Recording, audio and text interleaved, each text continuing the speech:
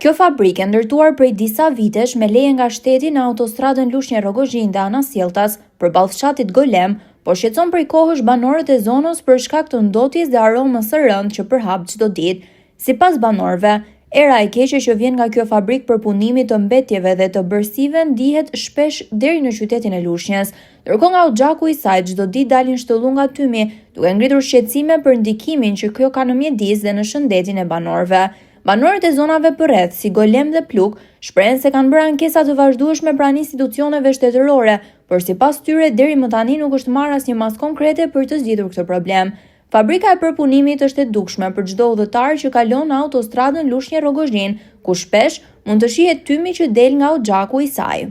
Banorët kërkojnë ndërhyrjen e institucioneve përgjegjëse për të verifikuar situatën dhe për të marrë masa në mbrojtje të mjedisit dhe shëndetit të komunitetit.